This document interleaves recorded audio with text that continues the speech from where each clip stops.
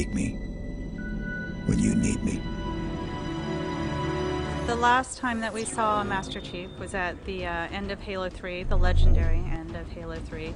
And at that point he was in cryosleep with Cortana, floating over a mysterious planet in essentially the wreckage of the Fort on a dawn.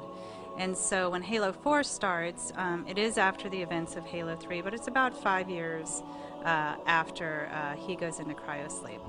John! I'm here. I think one of the amazing things about working on an IP like Halo and a universe like Halo is, not unlike the Star Trek universe, there's so many stories that we can tell. And so we've explored a whole set of stories through different games and other mediums. But there's still a lot of stories that we want to tell. And when we kind of think about the next 10 years for Halo, we think about what are those stories we want to tell, and then where is the right place to tell them. And in some cases it will be a game, in some places it may be a book, but there's plenty of stories left to explore. We really look at Halo 4 as sort of a seed and a foundation for kind of a decade of storytelling, and so we kind of think of it as the start of a saga, because there may be different ways we want to tell some of that story. Certainly in a set of games, and we have an arc that's already defined that goes well beyond Halo 4. And that arc will change naturally and organically, but we definitely have stakes we're already putting in the ground for where we want the universe to go. Master Chief is clearly an iconic hero already, so our intention with where we take Master Chief isn't to change who it is, or who he is, but there's definitely facets of his character which we understand through other fiction that we feel would really deepen the game experience itself. So he will still be very stoic, he will not talk a lot, nor will he cry. But there is a piece of his humanity that we do want to come through and really express that with the decisions that we have the player make as the embodied chief, and the things that he needs to face. And so for us, dimensionalizing him isn't changing him, because frankly he's really well fleshed out in other areas of the universe. It's really just bringing more of that to the game experience.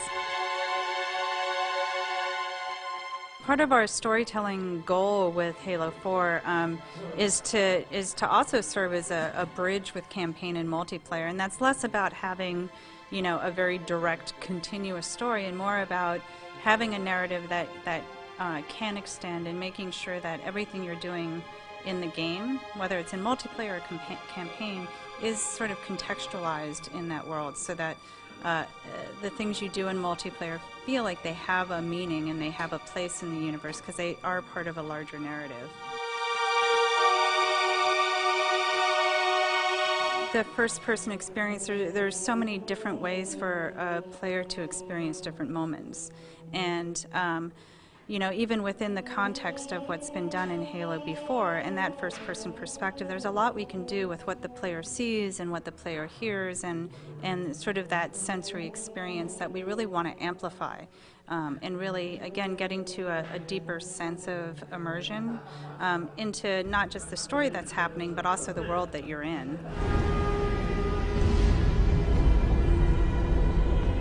Halo is known for its multiplayer.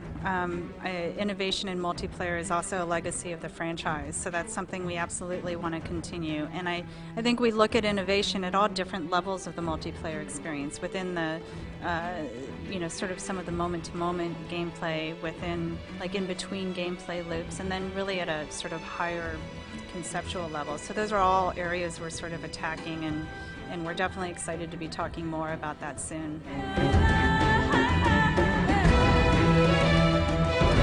Part of 343 taking on Halo was bringing in talent from all over the industry and all over the world to work on it, and so every one of those people and craftsmen has their own unique perspective, and that's something we want to be able to bring to the Halo experience. So you know, Kenneth Scott, our art director, extraordinary artist, had a really specific vision, and he wanted a very filmic, cinematic look.